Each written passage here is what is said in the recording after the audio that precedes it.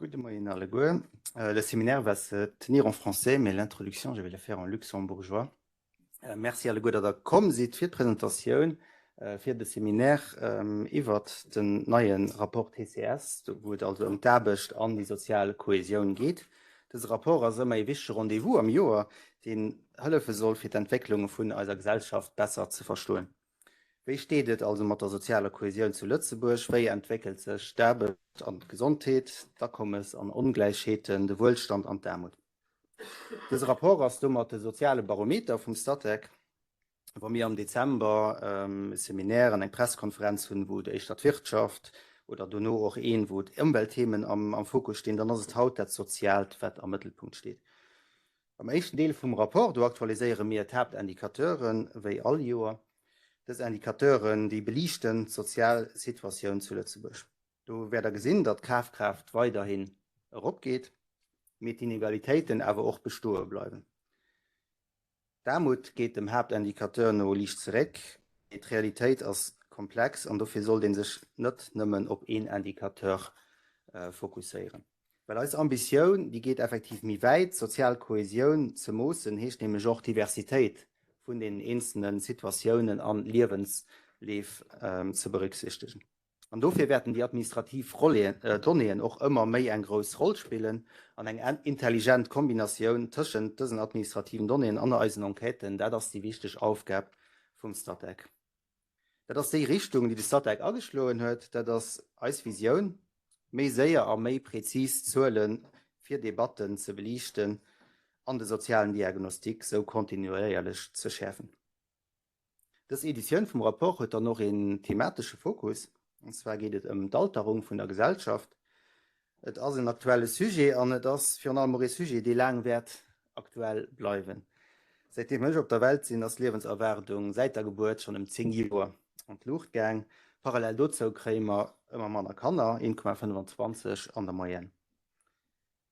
Dank der Immigration ist der Impact von diesen zwei Entwicklungen zu Lützeburg zwar viel mehr limitiert wie im Ausland, aber wir stehen aber auch recht am Anfang von einer langfristigen und tiefgreifenden gesellschaftlichen Veränderung. Es beeinflusst nämlich die Gesundheit, es beeinflusst den Arbeitsmarkt, es beeinflusst das Zusammenleben von den Generationen und natürlich auch die Pensionen oder beziehungsweise mehr allgemein die wirtschaftliche Entwicklung und aber auch die Finanzierung von Sozialleistungen.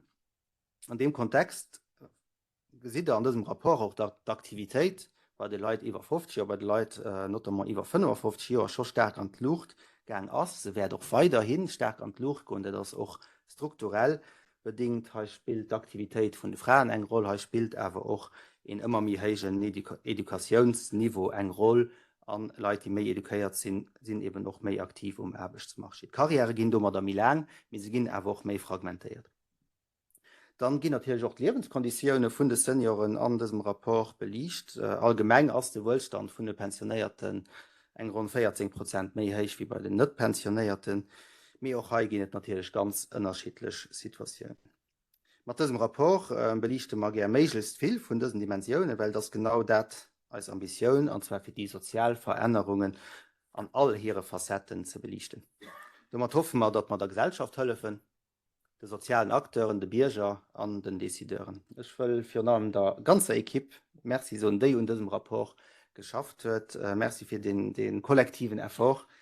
Ich hoffe dann auch für die Allianer, dass das Edition 2025 hilft, eben die Gesellschaft zu Lützeburg von Haut auf morgen besser zu verstehen und als damit eben noch erlaubt, für es besser auf Zukunft zu bringen. Vielmals merci und damit gehe ich weiter und die Equipe.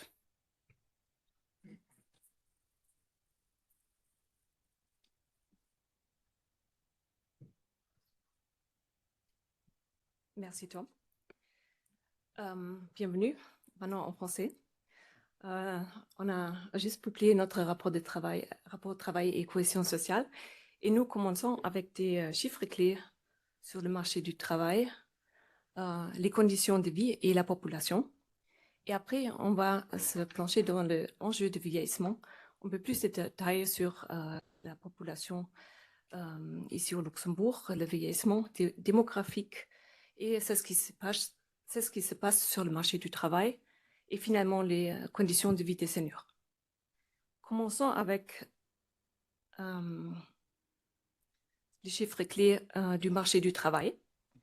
Et tout d'abord, concernant les tendances les plus importantes, très brièvement, nous observons un ralentissement de la croissance de l'emploi salarié depuis plus ou moins 3 ans, depuis 2022, fin 2022.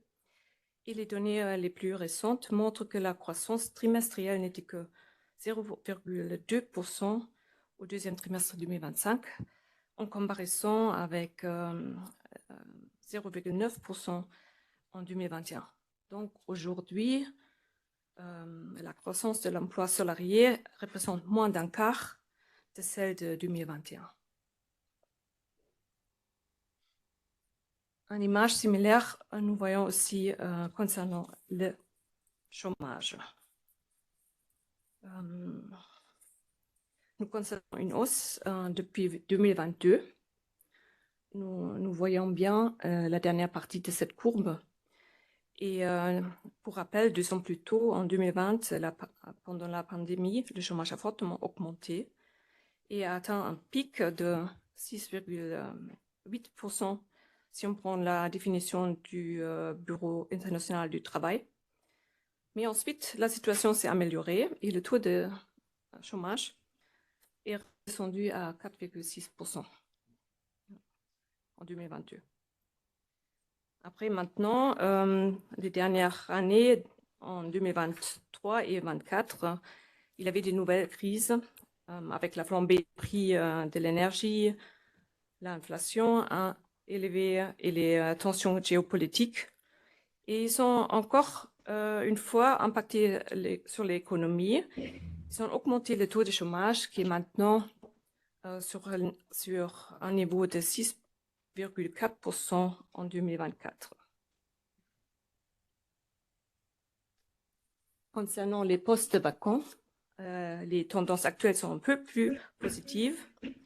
En 2022, il y avait un rebond spectaculaire suivant la pandémie et nous avons vu un record de 12 600 postes disponibles. C'est le pic ici dans le graphique que vous voyez bien. Et après cette baisse de postes durant les derniers 3 ans, nous observons maintenant une légère reprise en 2025.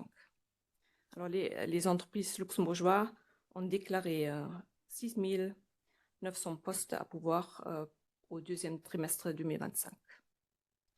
C'est déjà tout pour le marché du travail. Là-dessus, on va continuer avec la condition de vie.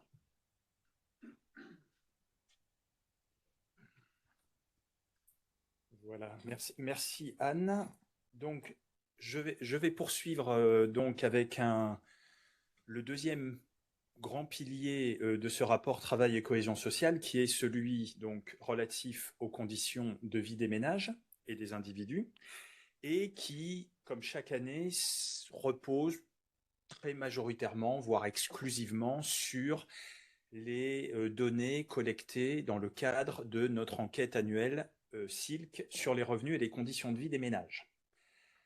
On cherche donc au travers de ces données à mesurer l'ampleur de la pauvreté et de l'exclusion sociale au Luxembourg sur la base d'un certain nombre d'indicateurs avec, notamment depuis maintenant quelques années, une volonté claire de fournir une description plus élargie au travers d'autres indicateurs de pauvreté que l'indicateur qu'on pourrait qualifier d'indicateur standard. Donc, cet indicateur que j'appelle standard, donc c'est celui qui est calculé notamment au niveau européen. Donc, il est défini comme la part de la population dont le niveau de vie se situe en dessous de 60% du niveau de vie médian. Donc, 60% du niveau de vie médian représentant ce qu'on appelle le seuil de pauvreté. Et ce seuil, donc en 2024, donc, était de 2 540 € par mois et par personne. Sur la base de ce seuil, le taux de pauvreté standard, donc en 2024, s'élève à 18,1% de la population. Donc, si l'on compare par rapport aux données des 5 dernières années, on est sur une tendance qui reste assez stable, on peut dire, relativement stable, aux fluctuations près, avec des différences très marquées entre les générations. Donc, et notamment, on voit, si l'on calcule le taux de pauvreté des 65 ans et plus, donc c'est la courbe en noir, donc celui-ci est régulièrement en dessous de 10% de la population, tandis que, courbe bleue cette fois, le taux de pauvreté des enfants, par enfant j'entends personnes de moins de 18 ans, lui avoisine les 25% de la population. Donc on est sur un différentiel qui est particulièrement marqué entre les groupes d'âge. Dans ce portrait, si je puis dire, les familles monoparentales se distinguent en ce qu'elles sont bien plus exposées au risque de pauvreté que les autres catégories de ménages. Donc on est en 2024 à 32%, donc près d'un tiers de ces ménages qui sont exposés au risque de pauvreté. À titre de comparaison, donc, le taux de pauvreté des ménages isolés, donc sans enfants, cette fois, est de 18%, donc correspond à la moyenne sur l'ensemble de la population. Et on observe d'une manière un peu plus générale une tendance qui est que la présence d'enfants dans le ménage tend à aggraver, à accentuer le risque de pauvreté de la population. Alors, donc, je vous disais donc au début de mon exposé qu'on cherche maintenant depuis plusieurs années, notamment, mais en fait, bon, on peut dire depuis bien plus longtemps, à élargir un petit peu les indicateurs de pauvreté et à aller au-delà de ce taux de pauvreté standard. Pourquoi est-ce qu'on fait ça? Parce que ce taux de pauvreté standard, tel qu'il est calculé, présente un certain nombre de limites qui ont été soulignées par de nombreux utilisateurs de nos données. Et notamment, une de ces limites, c'est le problème des revenus en nature, et notamment des transferts sociaux, qui, dans la définition standard, ne sont pas pris en compte, alors qu'ils représentent une part très significative du revenu des ménages au Luxembourg. Et donc, dans le rapport, depuis maintenant plusieurs années, on estime la part on estime l'impact plutôt de ces transferts sur le risque de pauvreté. Et ce qu'on fait, notamment, on met l'accent sur le chèque service accueil, qui est un peu l'archétype des transferts sociaux que l'on a au Luxembourg. Et donc, ce qu'on cherche à faire, alors c'est une véritable estimation, donc on cherche à valoriser ce montant en tenant compte du barème en vigueur pour cette prestation. Donc en fait, c'est quelque chose que l'on estime. Ce n'est pas quelque chose que l'on collecte, mais c'est quelque chose que l'on estime a posteriori. Et donc, vous voyez les résultats que l'on obtient. Donc, qu'est-ce qu'on peut dire? D'abord, bonne nouvelle. Donc, si vous regardez la dernière ligne du tableau, la prise en compte du chèque service accueil fait baisser le taux de risque de pauvreté des ménages avec enfants. C'était pas forcément, c'était pas peut-être le premier but recherché, mais en tout cas, c'est ce que l'on observe. Malgré tout, le recul reste finalement peut-être faible en fait. On passe de 24 à 21,3, donc on reste malgré tout sur des niveaux de pauvreté qui sont importants. Et un autre commentaire que l'on peut faire, alors ça peut paraître contre-intuitif, mais je voulais quand même le mentionner. Si vous regardez la ligne du milieu, 2 adultes, 1 enfant, en fait, la pauvreté augmente.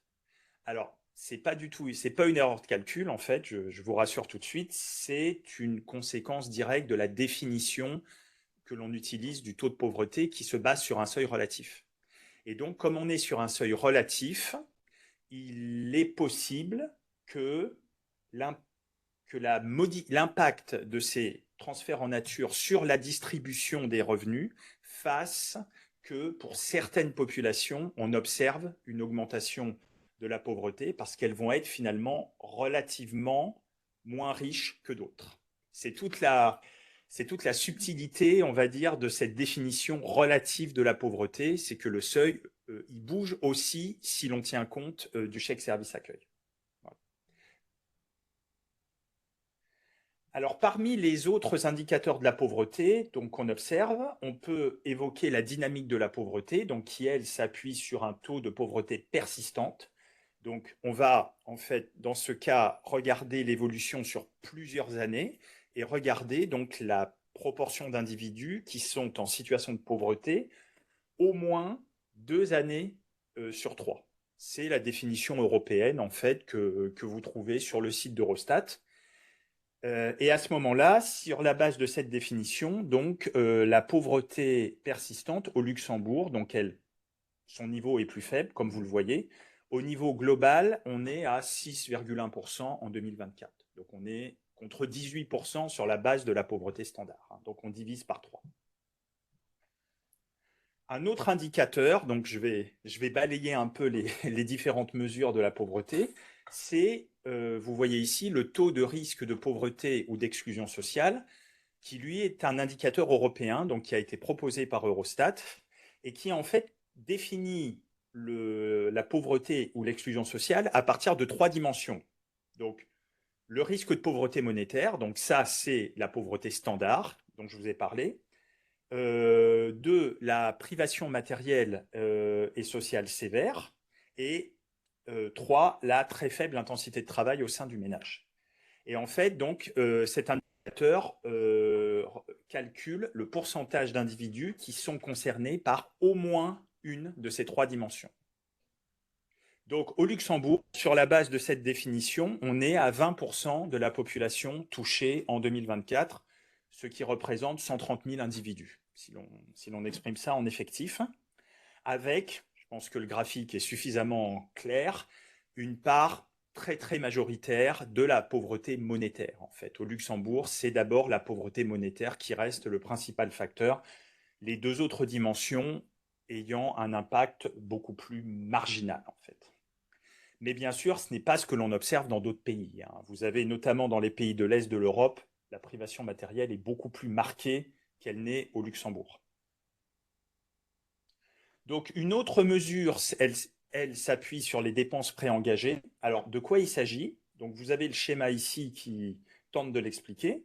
Donc en fait, les dépenses préengagées, ce sont des dépenses qui sont contractualisées et donc sur lesquelles le ménage ne peut pas arbitrer à court terme. Ça va être essentiellement des dépenses liées au logement, donc paiement de loyer, paiement d'assurance, facture énergétique, remboursement d'emprunt.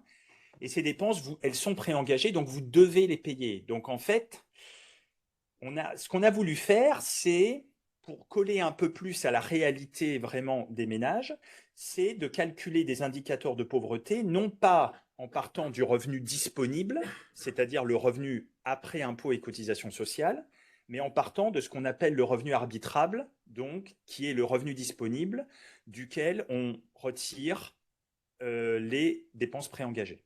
Et donc, c'est ce qu'on appelle le revenu arbitrable. Et donc, vous voyez l'impact, il est très très net. Si l'on calcule le taux de pauvreté à partir du revenu arbitrable, on atteint 26,9% de la population contre 18,1% pour le revenu disponible. Et pour ce qui est des indicateurs d'inégalité, c'est même encore plus marqué puisque vous voyez le rapport interquintile qui compare en fait les 2 quintiles, le quintile inférieur et le quintile supérieur de la distribution des revenus, est multiplié par 6. Donc on est sur une différence très très nette. Voilà, je vais terminer là-dessus. Charlie. Merci. Donc, je vais enchaîner avec les chiffres clés de la population. Comme chaque année, le TCS donne aussi un aperçu général de la situation démographique au Luxembourg. Et les chiffres principaux sont résumés dans cette belle infographie. Mais je pense que le message principal, c'est qu'en 2024, on a eu une croissance démographique ralentie par une faible fécondité et un recul de l'immigration. Ainsi, en 2024, on a vu une croissance démographique de uniquement 1,5%, ce qui est assez faible par rapport à la décennie précédente, car dans les années précédentes, la croissance démographique était généralement entre 2 et 2,5%. Donc, on est passé en une année à une population de 681 973 000 personnes. Et on voit qu'on a légèrement plus d'hommes que de femmes dans la population. D'autres faits marquants sont qu'on a eu une légère augmentation du nombre de naissances de 2,2%. En même temps, on a aussi eu une augmentation du nombre de décès qui est très légère de plus 0,9%. Et en même temps, on a vu une diminution assez marquée des immigrants de moins 4,6% et une légère diminution du nombre d'immigrants de 0,9%. Donc, en résumé, on a eu une croissance, certes, mais moins rapide que dans les années précédentes. Maintenant, je vais enchaîner avec la partie thématique du TCS, à savoir l'enjeu du vieillissement. Je vais commencer avec le vieillissement démographique de la population. Donc, la première chose qu'on s'est demandé, c'est est-ce qu'il y a un vieillissement de la population? Et il suffit de regarder les pyramides d'âge qu'on voit ici. C'est grâce à l'analyse de ces pyramides qu'on voit qu'on a eu un vieillissement progressif de notre population. On est passé d'une structure d'âge de la population en 1910 qui avait encore la forme d'une pyramide avec une base large et un sommet assez étroit, vers une pyramide des âges qui ne ressemble plus vraiment à une pyramide, mais plutôt à une toupie inversée avec une base qui s'est rétrécie au cours du temps et un gonflement des âges intermédiaires et aussi un sommet qui est devenu de plus en plus important. Donc, on est passé d'une structure d'âge de la population qui était marquée par une grande fécondité et une mortalité élevée à une structure d'âge qui est marquée d'une part par un vieillissement par le haut. Donc, on fait référence à la partie haute de la pyramide d'âge. Et ce vieillissement par le haut est dû à un allongement de l'espérance de vie entraîné par une baisse de la mortalité, ce qui fait augmenter la part des seniors dans la population, aussi une augmentation de l'âge moyen de la population. Et parallèlement, on constate aussi un vieillissement par le bas. Donc, on voit que la fécondité baisse, ce qui fait diminuer la part des jeunes dans la population. Donc, on constate qu'il y a un vieillissement au Luxembourg, mais ce vieillissement est moins important que dans les pays avoisinants et aussi dans les autres pays de l'Union européenne, notamment par une forte immigration qui est principalement constituée de jeunes actifs qui viennent s'installer au Luxembourg pour travailler. Sur ce slide, on compare le vieillissement du Luxembourg au vieillissement dans les autres pays de l'Union européenne. Et à gauche, on a un graphique qui montre en fait l'évolution de la part des seniors parmi la population totale, et ceci à travers les différents pays de l'Europe. Et là, on peut voir que le phénomène du vieillissement, c'est un phénomène généralisé au sein de l'Europe. Mais ce qu'on peut voir, c'est que le Luxembourg à la part des seniors la plus faible en Europe, avec 15% en 2024. Ensuite viennent l'Irlande, Chypre et la Slovaquie et Malte, alors qu'à l'autre bout de l'échelle, on voit que c'est l'Italie, le Portugal et la Bulgarie qui présentent les parts les plus élevées et qui se rapprochent de la barre des 25%. Ce qu'on peut aussi voir, c'est qu'il y a eu une tendance de convergence des niveaux entre les pays. Donc, la plupart des pays se rapprochent, malgré le fait qu'il y a toujours des différences entre les pays. Parce que si on regarde un peu les différences dans les années 1960, 70, on voit qu'il y a des différences entre les pays qui sont beaucoup plus nettes. Un autre indicateur qu'on peut analyser pour étudier le vieillissement, c'est le rapport de dépendance dans la population. C'est en fait un rapport qui permet de mesurer la pression qui est exercée sur la population active, et ceci par les populations dites dépendantes, c'est-à-dire les populations qui ne sont pas actives. Et là, on peut voir que le rapport de dépendance du Luxembourg après Malte est le plus faible en Europe. On a un rapport de dépendance de c'est 56,2%. Et donc, ce rapport de dépendance est la somme en fait des deux composantes. D'une part, le rapport de dépendance des jeunes et d'autre part, le rapport de dépendance des seniors. Ce qu'on peut voir aussi, c'est que Luxembourg présente le rapport de dépendance des seniors le plus faible en Europe avec 23,5%. Donc, on a pour 100 personnes actives, on a à peu près 24 personnes seniors à la charge.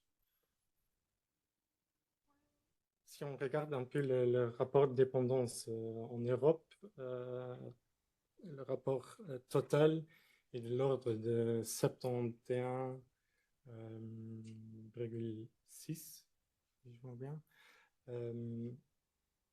ce qui est largement plus élevé. Et on voit après Malte, Luxembourg, Chypre, Espagne sont vraiment les pays qui présentent les rapports de dépendance les plus bas, alors qu'à l'autre bout de l'échelle, on a des pays comme la France, Finlande et la Suède. Revenons maintenant aux deux composantes qui ont un impact sur le vieillissement. Comme j'ai dit, il y a d'une part l'allongement de l'espérance de vie par une baisse de la mortalité. Ici, on peut voir l'évolution de l'espérance de vie à travers le temps. On peut voir que depuis 1973 jusqu'à aujourd'hui, l'espérance de vie a vraiment augmenté très fortement. Mais on voit que l'espérance de vie des femmes est toujours plus élevée que celle des hommes. Et ce qu'on peut constater, c'est que la différence entre l'espérance de vie des femmes et des hommes est en train de diminuer. En jaune, on peut encore voir que cette espérance de vie continue à augmenter, mais bon, à un rythme beaucoup plus lent, parce qu'il y a d'une part la limite biologique naturelle et d'autre part les progrès dans la mortalité infantile commencent à atteindre un seuil au-delà on ne peut plus vraiment aller. L'autre composante que j'ai mentionnée, c'est la baisse de la fécondité. À gauche, on voit que le nombre absolu des naissances a fluctué au cours du temps. On a d'abord eu une hausse des naissances lors du baby boom, avant qu'il y a eu une baisse, et puis il y a de nouveau eu une augmentation des naissances. Mais il faut aussi voir l'indicateur conjoncturel de fécondité, ce qui est en fait le nombre moyen d'enfants par femme en âge de procréer. Et là, on voit très clairement que cet indicateur a fortement diminué depuis début des 1970. On est passé de 2,2 enfants par femme à 1,25 enfants par femme en 2024. Si on compare maintenant notre indicateur conjoncturel de la fécondité au reste de l'Europe, on voit qu'entre 2000 et 2023, la baisse de l'indicateur, c'est un phénomène général, mais Luxembourg, après le Malte, a connu la baisse la plus forte, à savoir moins 0,5 enfants par femme.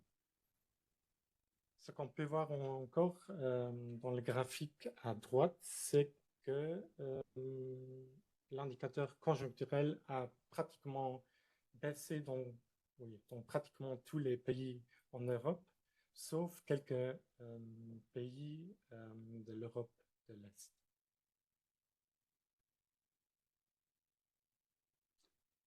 Un dernier slide sur le vieillissement démographique. C'est un exercice qu'on a fait pour mesurer en fait l'impact des migrations sur le vieillissement.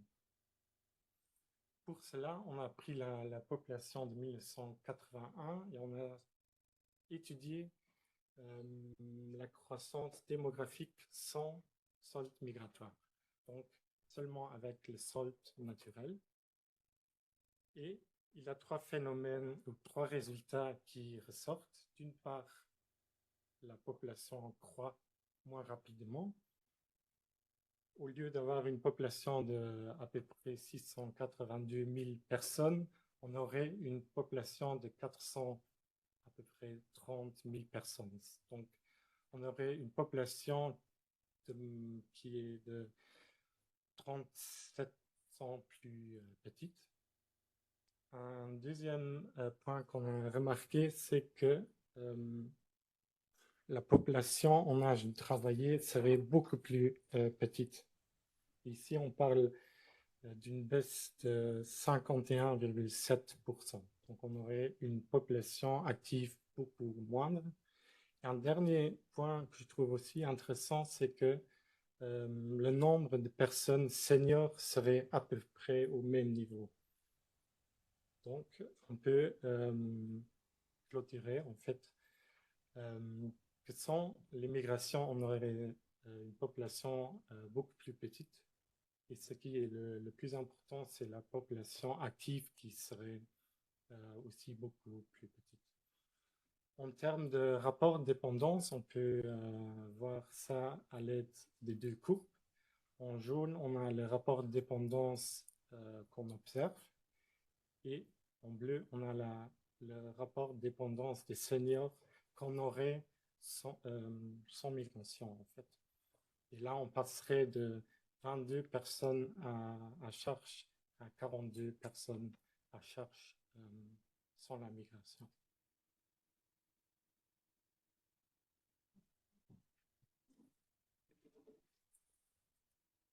Merci, Charlie.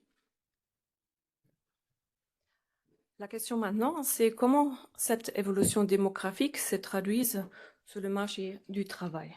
Alors, encore une fois, un petit peu de taux d'activité, parce que c'est le plus important indicateur européen et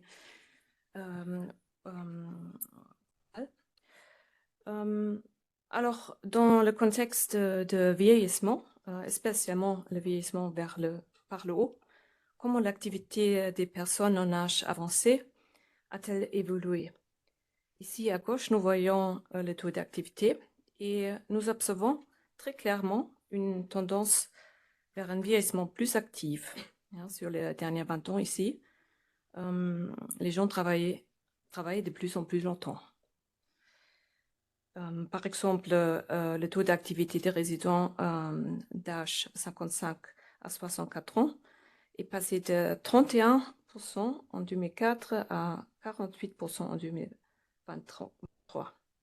Donc, aujourd'hui, un résident sur deux est actif les 10 ans avant l'âge légal de la retraite. Cela représente une hausse de presque 60%, 57%. Mais cette progression est encore plus marquée chez les femmes, où le taux d'activité a même doublé, ou presque doublé. Et ainsi, l'écart des sexes se réduit, bien qu'il demeure substantiel avec 11 points de pourcentage, ce que nous voyons si on compare les 53 avec les 44%.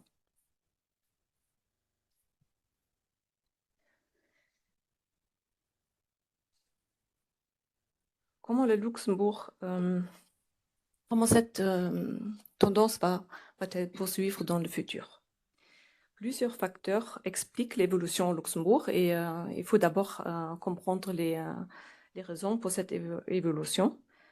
Il y a par exemple la santé qui s'est améliorée dans l'âge, les réformes du régime de pension, l'allongement des études, l'expansion de l'éducation et aussi les parcours professionnels qui sont aujourd'hui moins linéaires qu'avant.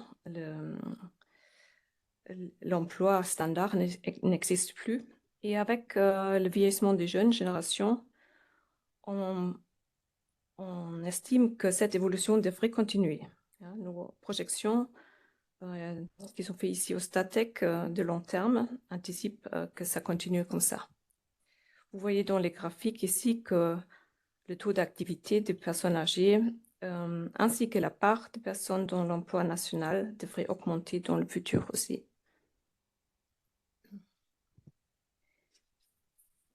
Mais comment le Luxembourg se positionne en Europe par rapport aux indicateurs de vieillissement actif? Et ici, nous voyons à gauche que les gens restent de plus en plus longtemps actifs, non seulement au Luxembourg, mais aussi partout dans l'Europe. Et cependant, le Luxembourg reste en retrait par rapport à la moyenne européenne, ici avec 67%. Et le Luxembourg, quand j'ai déjà dit, c'était 48%. Par ailleurs, si on regarde les personnes un peu plus âgées, plus que 60 ans, il y a très peu de personnes qui demeurent actives sur le marché du travail après 65 ans. En 2023, le taux d'activité de 60 ans et plus s'est élevé seulement à 4%. Alors, encore une fois, en dessous de la moyenne européenne de 7%.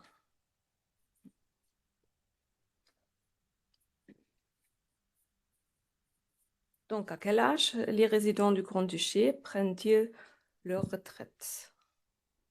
L'âge moyen de la départ à la retraite au Luxembourg était de 60 ans en 2023. Et en Europe, c'était légèrement plus, c'était 61 ans. Et vous voyez bien le ranking ici de tous les pays européens. Et donc, le Luxembourg se place parmi les pays où l'on part relativement tôt à la retraite, à côté de la France et la Bulgarie.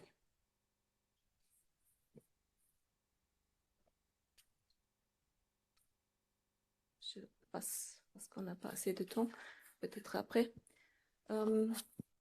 La grande question, c'est au Luxembourg, est-ce que les résidents en âge de retraite sont bien couverts par le système de pension? Et ici, nous voyons les personnes qui touchent une pension de vieillesse, soit étaïque, soit une pension légale ou complémentaire professionnelle ou encore une pension privée de épargne individuelle volontaire, par exemple. Et nous voyons globalement 85% de résidents d'âge 65 à 74 ans perçoivent une pension de vieillesse. Et à l'inverse, ça laisse donc 15% dans cette tranche d'âge qui ne touchent pas ou pas encore une pension de vieillesse. Et ce pourcentage est assez proche de la moyenne européenne, comme vous voyez avec les deux barres ici. Comme le système de pension est basé sur les carrières continues avec des cotisations de 40 ans, nous pouvons imaginer qu'il y a des groupes démographiques qui sont pénalisés. Hein. Par exemple, des groupes qui sont plutôt des parcours atypiques et des périodes non cotisées. Et ici, au Luxembourg, ce sont bien sûr aussi les migrants, mais aussi les femmes. Alors, quel écart observe-t-on dans l'accès à la retraite? Et maintenant, on a les mêmes indicateurs qu'avant. Le pourcentage de personnes percevant une pension, mais selon l'âge et la groupe démographique. Les résultats les plus importants sont qu'il y a tout à fait des grands écarts par rapport au sexe et la nationalité, mais ces écarts changent avec l'âge. Ici, vers 65 ans, nous observons un changement. Alors, avant 65 ans, les résidents de nationalité luxembourgeoise, ici en bleu léger, en gris, accèdent plus rapidement à la retraite et ça se passe souvent via la pré-retraite. Les résidents avec la nationalité luxembourgeoise. Les migrants, alors les autres, des autres nationalités, par contre, représentent une transition la plus lente. C'est en jaune, nous voyons que la courbe ici, c'est beaucoup plus bas. Et ça, c'est lié à une accumulation tardive des années de cotisées. Yeah. Et l'écart des migrants tend à se diminuer avec l'âge. Et c'est bien sûr parce qu'il y a une accumulation tardive et aussi une rémigration des migrants. Après 65 ans, l'écart entre les sexes est le plus marqué. Les femmes restent la groupe le moins couvert. Vous voyez la courbe encore une fois et la courbe plus bas, tandis que les hommes affichent la meilleure couverture. Et cet écart est assez grand. Ça dépend de l'âge, mais nous voyons qu'il y a des périodes où les personnes plus âgées où nous voyons un 20% point de pourcentage différence entre hommes et femmes. La bonne nouvelle, cependant, c'est l'écart tente de... il y a une convergence entre hommes et femmes si nous passons avec les deux lignes à gauche, la courbe des hommes et celle des femmes s'approche et ça, c'est un indicateur d'une convergence dans le futur. Alors, des bonnes nouvelles de ce côté. Et finalement, un mot sur le bénévolat, car nous constatons ici une participation accrue des seniors. Dans le graphique plutôt à droite, vous voyez que les personnes âgées 60 ans ou plus comptent parmi les gens qui s'engagent le plus dans les activités bénévoles. Par exemple, en 2024, 28% de ce groupe d'âge effectuent du bénévolat, les deux groupes à droite, en comparaison avec 14 et 20% parmi les résidents plus jeunes. C'est assez intéressant aussi, même si ça ne compte pas comme activité dans le sens classique. Voilà pour cette partie sur le marché du travail. Je passe encore une fois à Guillaume. À toi, pardon. Ouais. On va encore parler des conditions de vie des seniors. Je vais commencer par le type de ménage dans lequel vivent les seniors. C'est sur base des données du RP de 2021 qu'on a pu faire ce beau graphique qui montre que le type de ménage des seniors diffère fortement selon les âges. On voit que les ménages de couples seniors est majoritaire jusqu'à l'âge de 80 ans. Et puis, il diminue continuellement, ce qui est logique vu que le risque de décéder d'un des conjoints est plus élevé. Et en parallèle, on voit qu'avec l'âge, les ménages isolés et les ménages institutionnels augmentent avec l'âge. À droite, on peut voir que les seniors qui résident en institution vivent majoritairement dans des maisons de retraite et surtout pour les âges très élevés, alors que les seniors plus jeunes peuvent aussi vivre dans des foyers pour adultes ou dans des maisons pour malades. Pour la première fois, lors du RP, on s'est intéressé à la question du handicap. C'était une demande du ministère de la Famille.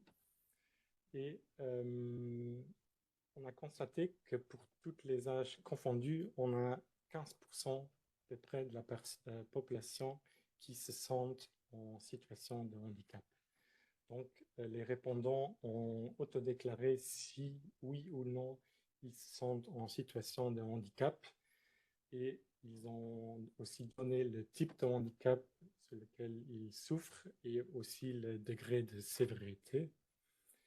Et sur le graphique ici à gauche, on peut voir que la prévalence du handicap augmente significativement avec l'âge, alors que pour les jeunes en dessous de 10 ans, la prévalence du handicap est en dessous de 6%, alors qu'à l'âge de 90%, la prévalence du handicap s'approche au-dessus de 70%. Ce qu'on peut aussi voir, c'est que pour tous les types de handicap, la prévalence augmente avec l'âge. Et on voit que la mobilité réduite, la malvoyance, les troubles auditifs et les troubles mentaux sont vraiment les types de handicap sous lesquels les seniors souffrent le plus.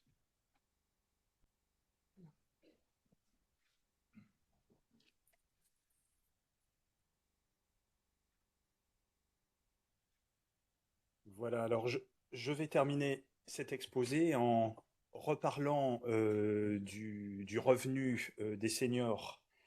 Et ce qu'on a cherché à faire, notamment dans le rapport, c'est d'évaluer donc sur la base de leurs revenus quelles étaient les conditions de vie des seniors au Luxembourg.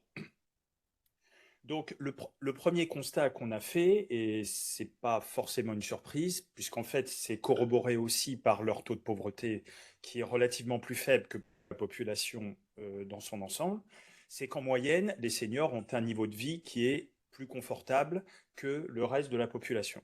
Ça, c'est quelque chose qu'on observe très clairement. Mais ce qu'on a également voulu mettre en évidence, c'est que au milieu de ça, il y avait quand même une certaine hétérogénéité au sein de la population des seniors et que parmi ces seniors, il y en avait aussi qui touchaient des petites pensions.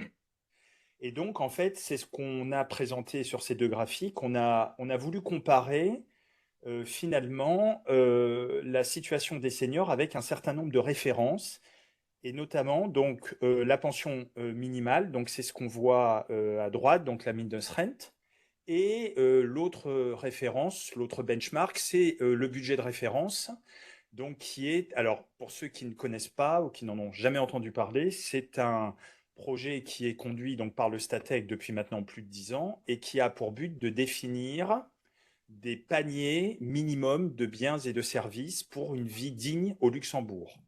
Et en donnant un prix à ces paniers, on peut construire un seuil de pauvreté alternatif qui s'appuie vraiment sur des biens et des services réels que l'on devrait pouvoir être en mesure de s'offrir.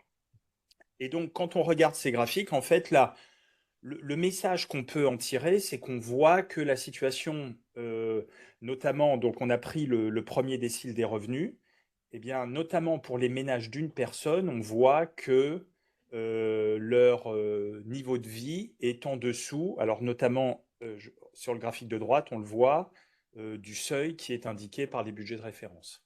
Donc, parmi donc, cette population des seniors, il y a des personnes qui ont des niveaux de vie faibles compte tenu du coût de la vie qui est celui au Luxembourg. Voilà, donc en fait, on a voulu quantifier de manière un peu plus nette ce résultat. Donc à droite, on a fait une analyse multivariée par régression pour mettre en avant donc un certain nombre de facteurs qui expliquaient cela. Et donc, ce qu'on retrouve, c'est que, par exemple, on va avoir des femmes plutôt dans des professions élémentaires avec des carrières plutôt hachées qui vont à la pension finalement avoir un niveau de vie relativement faible compte tenu de leur parcours professionnel. Et le tableau en bas, donc je vous invite aussi à le regarder. Donc on a calculé, on a cherché à quantifier vraiment le pourcentage de pensionnés avec un revenu disponible en dessous du budget de référence. Et donc on a quand même 14% des ménages d'une personne qui sont concernés, tandis que pour les couples, ce pourcentage est beaucoup plus faible.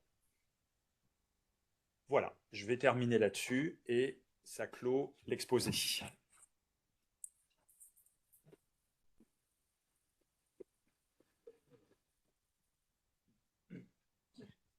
Nous avons déjà quelques questions en ligne. Alors, le chat est affiché. Nous avions une question qui a déjà été répondue par quelqu'un en ligne, donc ça c'est pratique. Première question ici. Bonjour, le taux de risque de pauvreté de 18% concerne les personnes ou les ménages? Il faut répondre au micro. La réponse est personne. Personne. Vos calculs de rapport de dépendance hors migration conservent-ils l'apport des travailleurs frontaliers dans la population active? Non, c'est uniquement calculé sur la population résidente, en fait. C'est une mesure assez facile de prendre le rapport des personnes inactives sur les personnes actives. En ligne, pour l'instant, c'est tout.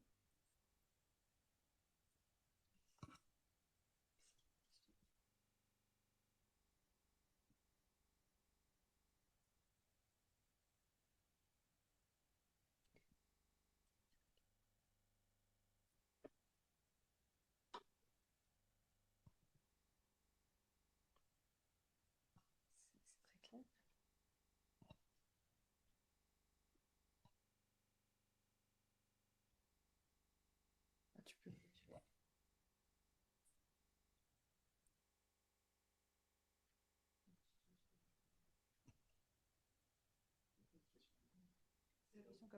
Ah, tu peux. C'était. Oui. S'il y a trop de gens timides, je suis Voilà. Merci beaucoup. Merci de m'inviter pour lancer le débat. Effectivement, le rapport est extrêmement intéressant, en particulier, effectivement, les résidents sont en quelque sorte l'unité des comptes dans le cadre de ce rapport. La Statec ainsi que la Banque du Luxembourg réalisent des enquêtes plus régulières sur les frontaliers et aussi sur d'autres parties de la population hors des frontières. Le recensement s'intéresse aussi à la présence d'étudiants à l'étranger. Donc il y a tout un ensemble de questions au-delà des frontières. Il serait intéressant effectivement de compléter, on va dire, le corps du travail sur la population des résidents du Luxembourg avec, par annexe ou par adjonction, ce qui peut se passer hors des frontières. Et effectivement, les migrations de retraités hors du Luxembourg, qu'ils soient nationaux luxembourgeois ou non, en particulier sur la période, on va dire 60-65 ans jusqu'à 70 enfin 75, 80, 85 ans, c'est-à-dire que lorsque les gens sont en bonne santé, c'est quelque chose qui, effectivement, sur l'ensemble des indicateurs présents, peut présenter tout un ensemble d'intérêts pour comprendre la dynamique des données. On peut penser effectivement que les jeunes retraités, notamment issus de l'immigration, vont passer un certain temps à l'étranger, notamment parmi les revenus plus faibles, et peut-être, ça c'est de la prospective plus que du constat, peut-être qu'une partie de ces jeunes retraités devenant moins jeunes pourront trouver un intérêt à revenir au Luxembourg pour son système de santé qui est plutôt de bonne qualité. Je précise, c'est de la science-fiction. Mais effectivement, pour nos 3 intervenants, la question peut être que se passe-t-il si, au-delà des frontières du Luxembourg, on s'intéresse à la zone d'influence de la population liée au Luxembourg, les frontaliers, les migrants retournés au pays et tous les mouvements qui peuvent s'établir de part et d'autre. Voilà, c'est certainement pour d'autres années futures. Donc, merci Louis pour la remarque, c'est tout à fait correct. C'est un défi pour nous, pour les statistiques, mais nous avons déjà un peu abordé le sujet en comparaison avec les pays voisins. Même si ce n'est pas la grande région, c'est un défi, il faut aller plus loin. Mais je rappelle aussi, il y a des autres institutions, notamment aussi l'IGSS, qui publient des rapports. Et tout à fait, si je me rappelle bien, c'était peut-être quelqu'un est là de IGSS qui peut répondre. Mais il y avait, Fred, oui, il y avait la moitié, j'imagine, des pensions qui sortent du territoire. En fait, c'était une cohorte assez récente investiguée ou le rapport qui est récemment qui était récemment publié par la IGSS. Là, on voit très bien cette tendance. Et comme j'ai déjà dit aussi pour les migrants, c'est un vrai problème s'ils sont peut-être juste le minimum de pension, ou peut-être même pas assez, pas de pension du tout. Il ne peut pas rester au Luxembourg. Et il y a certainement aussi un effet de sélection, une émigration qui impacte l'écart qu'on a vu par rapport de l'accès à la retraite. Ça joue un grand rôle. Vous avez des autres... Je pensais notamment à un point important qui serait en fait... L'un des points intéressants de comparaison internationale, c'est en fait le taux de dépendance corrigé.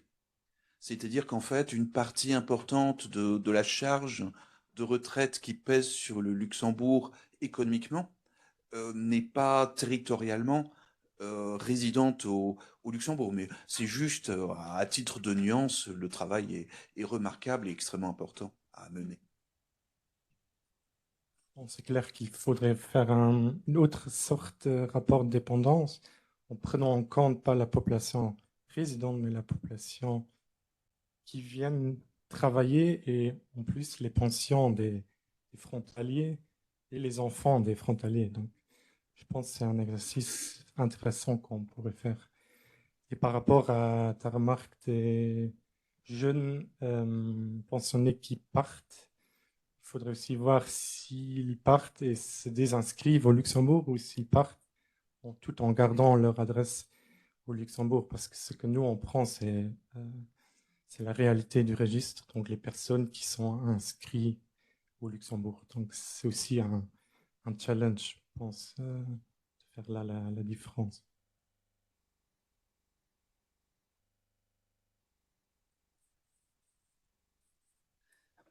Bonjour, j'ai 2 petites questions.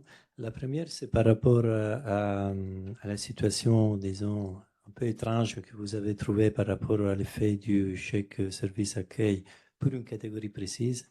Là, c'est évident que si c'était une translation des revenus, ça n'aurait aucun effet, mais il y a quelque chose qui a à voir avec le fait que ce n'est pas progressif. disons, pour cette catégorie, l'intervention, c'est pas un effet progressif, c'est-à-dire que ça va avantager surtout les riches, les moyens, ceux qui ont moins de besoins, et de façon que puis on trouve plus de... Et donc, est-ce que la question est très simple, est-ce que vous avez des éléments qui peuvent relier ça à des problèmes de non-recours ou à des situations de ce type, ou des années, d'un point de vue, disons, pas forcément liées au domicile, mais il y a d'autres recherches ou d'autres évidences qui peuvent quelque part expliquer cette situation. Et voilà. Et donc, ça, c'est Et pourquoi, dans ce cas, il y a une catégorie qui a ce problème et les autres qui ne l'ont pas, si c'est un problème de non-recours? Ça, c'est la première question. Et voilà, donc je vous laisse d'abord répondre là. Je peux répondre là-dessus. Donc, je reviens à ce que j'ai dit donc, dans ma présentation. Bon, ce résultat, effectivement, paraît contre-intuitif, mais est lié vraiment à cette particularité de la définition de la pauvreté sur la base d'un critère relatif qui fait qu'effectivement, même si on est plus riche grâce au chèque service accueil, bah, s'il y en a d'autres qui sont encore plus riches que soi, finalement, on est plus pauvre. Donc, c'est assez dur, et comme je dis, c'est assez contre-intuitif, mais voilà, c'est la conséquence de cette définition. Après, au niveau de la progressivité, je pense, et c'est notamment depuis 2022, je crois qu'il y a la gratuité d'un certain nombre de services, hein, je crois, donc qui fait que, d'une certaine façon, la prestation perd une certaine progressivité, puisque finalement, la gratuité, elle est universelle pour tout le monde, en fait. Donc, je crois qu'effectivement, ça peut jouer et c'est quelque chose qui peut se retrouver dans les chiffres.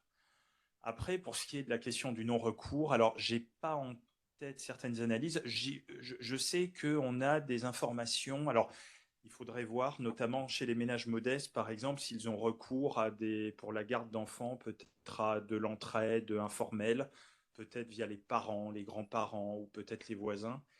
C'est quelque chose qui peut faire l'objet d'analyse. Par contre, je n'ai pas de résultats en tête à vous. Mais c'est clairement, oui, quelque chose qu'il faudrait un peu. Oui, c'est intéressant. Je voulais juste souligner l'intérêt de faire d'autres recherches pour comprendre ça, parce que c'est vrai qu'il y a une translation plus ou moins de quelques revenus, parce qu'on ajoute quelque chose, mais ça vaut pour toutes les catégories, pas seulement pour cette catégorie. Donc, pourquoi exactement cette catégorie a cette particularité? Mais en tout cas, le chèque service accueil, effectivement, n'est pas progressif de par cette gratuité, en fait. C'est pas la finalité, d'une certaine façon. C'est pas la finalité première de la prestation.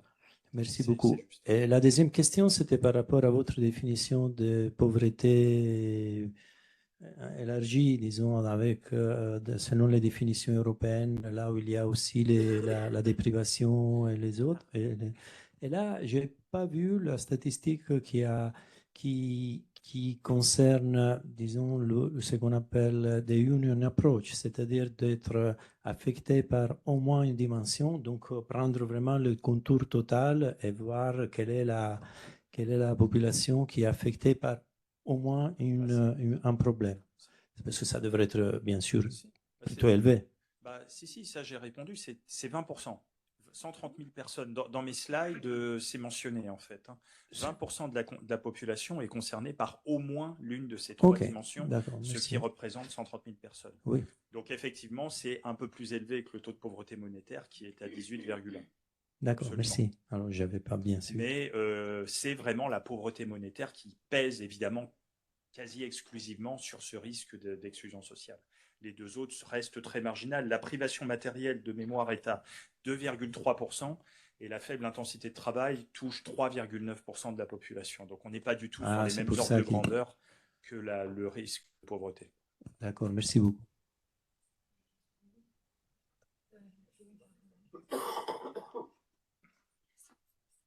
Nous avons quelqu'un qui avait la main en ligne. Vous pouvez du coup poser votre question.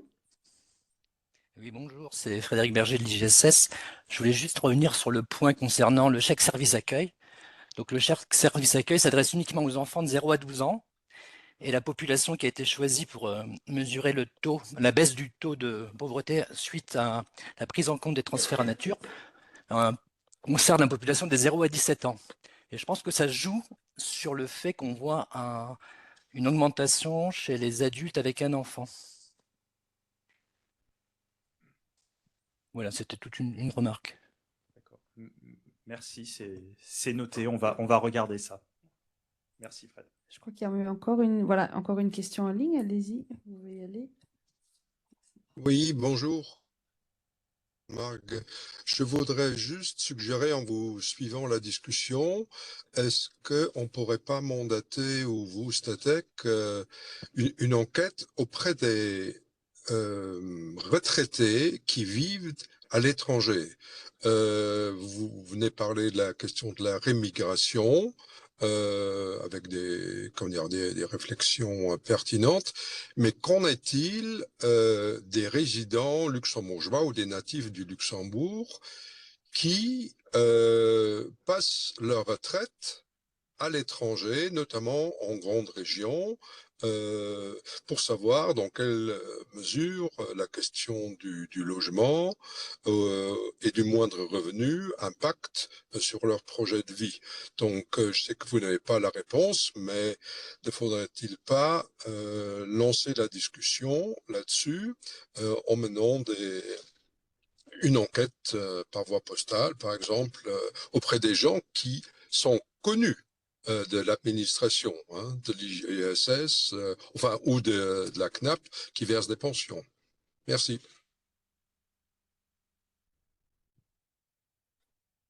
Merci pour la question. Malheureusement, une telle enquête n'existe pas à ce temps-là. Et ça serait très intéressant, mais aussi très difficile de suivre les personnes à l'étranger.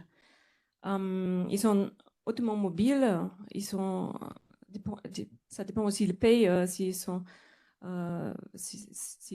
disponibles de répondre, et ça pourrait causer des problèmes. Cependant, on a toujours les données de IGSS où on peut regarder peut-être des données administratives. Si les gens sont toujours liés au Luxembourg, s'il y a des traces, théoriquement, c'est peut-être possible, mais méthodologiquement, je vois il y a beaucoup de problèmes avec une enquête comme ça.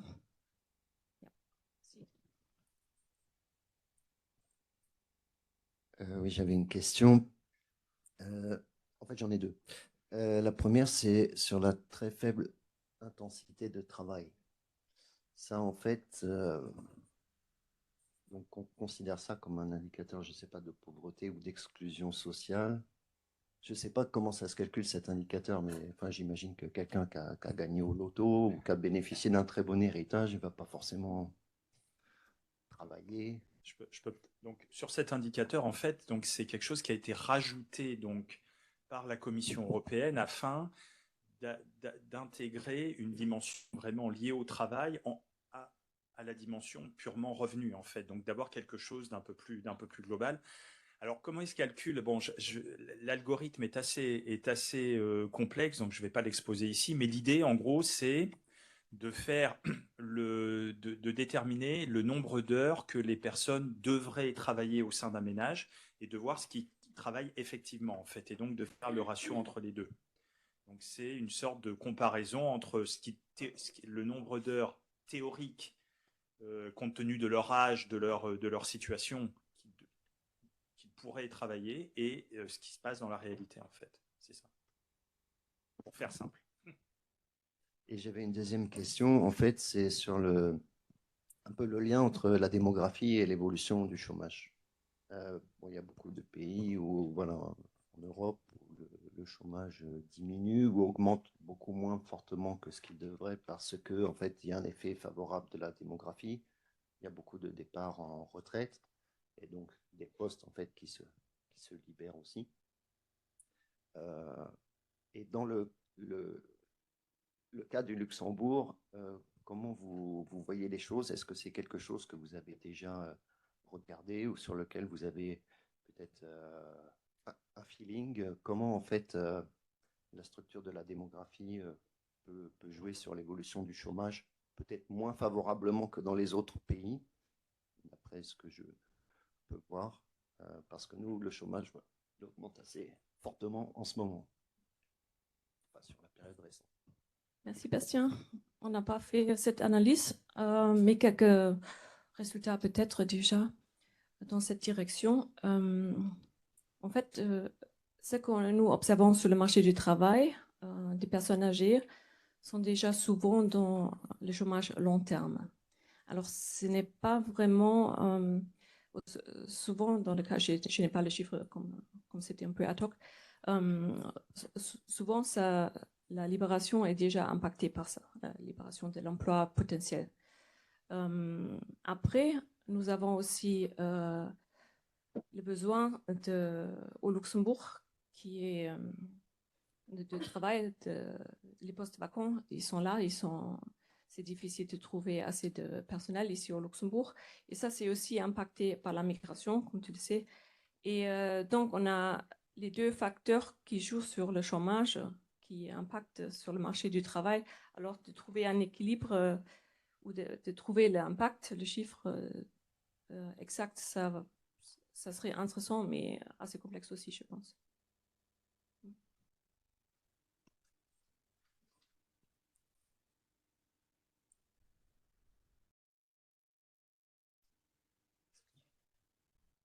Merci. J'ai une question sur l'indicateur de privation matérielle sévère. Voilà, je regardais le diagramme que Génio évoquait avec l'union des trois dimensions. Et en fait, je trouve les chiffres de cette année tout à fait surprenants, puisqu'on a donc, la moitié des personnes en situation de privation matérielle et sociale sévère ne sont pas en situation de pauvreté monétaire et aucun d'entre eux n'est en situation de très faible intensité de travail. Donc apparemment, la moitié de cette population n'est en situation de pauvreté ni monétaire ni d'emploi. Et donc, je me demandais si vous aviez étudié les composantes, qu'est-ce qui peut expliquer qu'est-ce que c'est que cette population dans une situation tout à fait étrange.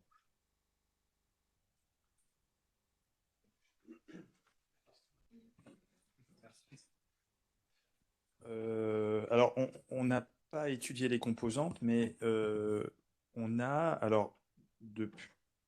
une définition maintenant qui avait été revue par Eurostat de la privation matérielle et sociale sévère, puisqu'on n'a plus la même liste d'items qui sont concernés.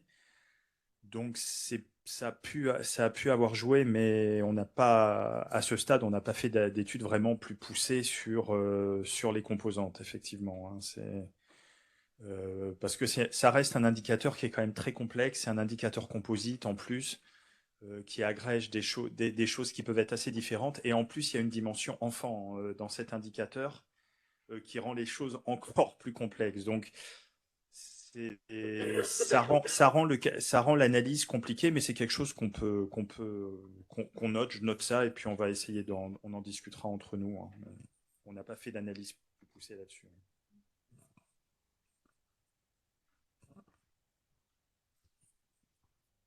Juste éventuellement, ce sera certainement ma dernière question. J'ai vu en fait dans vos travaux que nous sommes à 681 000 habitants au Luxembourg, dans la frontière, qu'on a un rythme un petit peu en dessous de 10 000 habitants nouveaux en solde chaque année.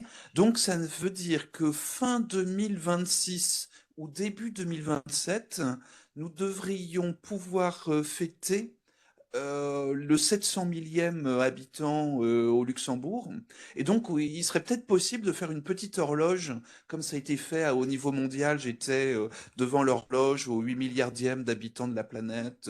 Les Américains font ça aussi. On pourrait faire à la Statec une petite horloge de population qui nous amène à Noël 2027, quelque chose comme ça. Mais voilà, on peut faire des paris là-dessus, mais j'irai pas plus loin. Si vous permettez, une toute petite question concernant le vieillissement, puisque c'est le sujet sur lequel vous avez insisté dans le rapport. La page 120, il y a les probabilités d'avoir une pension personnelle minimum enfin, d'avoir en dessous de la pension minimum. Et là, le pourcentage concerne donc ceux qui ont un logement gratuit, donc ils ont une probabilité plus élevée. Propriétaires avec emprunt également. Et je me posais la question de comment on traite spécialement pour ce type de population la situation patrimoniale. Parce que autant les ménages jeunes sont en train de construire, d'acquérir, ont une dette à supporter, alors que les ménages seniors, retraités en principe, ont déjà remboursé leurs emprunts, ont un immeuble à leur disposition. Certains sont probablement dans des institutions où c'est en fait le prix de l'institution qui fixe ce qui va rester comme revenu arbitrable. Donc la question, c'est, il me semble que c'est l'aspect patrimonial extrêmement important dans ce groupe-là et comment vous l'avez traité. Je crois que c'est un élément important. Oui, alors, remarque très pertinente, mais la réponse va être simple. En fait, on n'a pas fait de traitement spécifique sur cette question du patrimoine. Donc, on a repris le revenu tel qu'il est, tel que qu'on le collecte, mais qui effectivement ne tient pas compte de cette dimension patrimoniale. Donc, c'est quelque chose qu'il faudrait rajouter. Mais alors, après, il y a la question toujours des sources et puisque le patrimoine n'est pas collecté dans notre enquête SILC, mais est collecté via d'autres enquêtes. Donc, ça, techniquement, après, ça impliquerait d'autres travaux, mais effectivement, c'est une remarque très juste. Oui.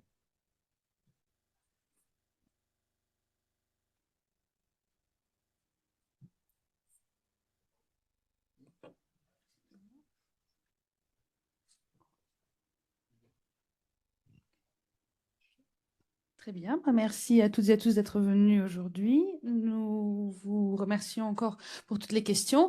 La présentation sera en ligne, que ce soit en interne ou en externe, ainsi que l'enregistrement quand il sera disponible. Et si vous avez des questions, n'hésitez pas à vous manifester. Bonne fin de journée et bon appétit aussi. Au revoir.